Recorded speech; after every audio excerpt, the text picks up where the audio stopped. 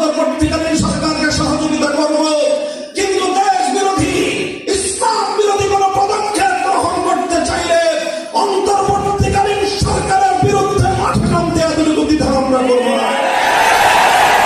আমরা পরিষ্কার ভাষায় বলি, শারমিন মোরশেদকে তাকে আপনারা নিয়ন্ত্রণ করুন। এদেশের ইসলামপন্থীদের বিরুদ্ধে তার এই কণ্ঠকে আপনি স্তব্ধ করুন। এদেশের আলেম সমাজের বিরুদ্ধে, ইসলামের বিরুদ্ধে, ইসলাম ঐতিহ্যের বিরুদ্ধে, ইঙ্গিতপূর্ণভাবে আল্লাহর নবীর ইজ্জতের বিরুদ্ধে কটাক্ষকারী শারমিন মোরশেদকে আমরা হুঁশিয়ার বাণী উচ্চারণ করতে চাই। আমার নবীর ইজ্জতের দিকে তুমি যে কটাক্ষপূর্ণ আঙ্গুল তুলেছ, নবীর ইজ্জতের হেফাজতের জন্য সে আঙ্গুল আমরা ভেঙে ফেলতে প্রস্তুত।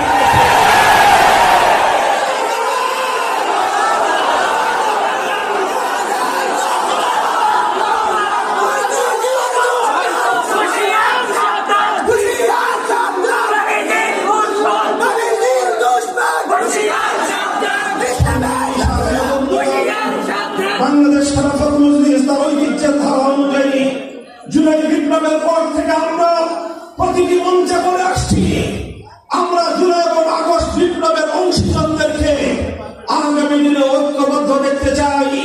ফ্যাসিবাদ বিরোধী রাজপথের ঐক্যকে আমরা যে কোনো মূল্যে অটুট এবং অবিচ্ছিন্ন রাখতে চাই, অবিচ্ছেদ্য রাখতে চাই। এজন্য আমরা এই জুলাই বিপ্লবের অংশীদার বিগত 16 বছর ফ্যাসিবাদী স্বৈরাচারী শেখ হাসিনার জুলুমের শিকার প্রতিটি রাজনৈতিক পক্ষকে আমরা আরো ধৈর্যের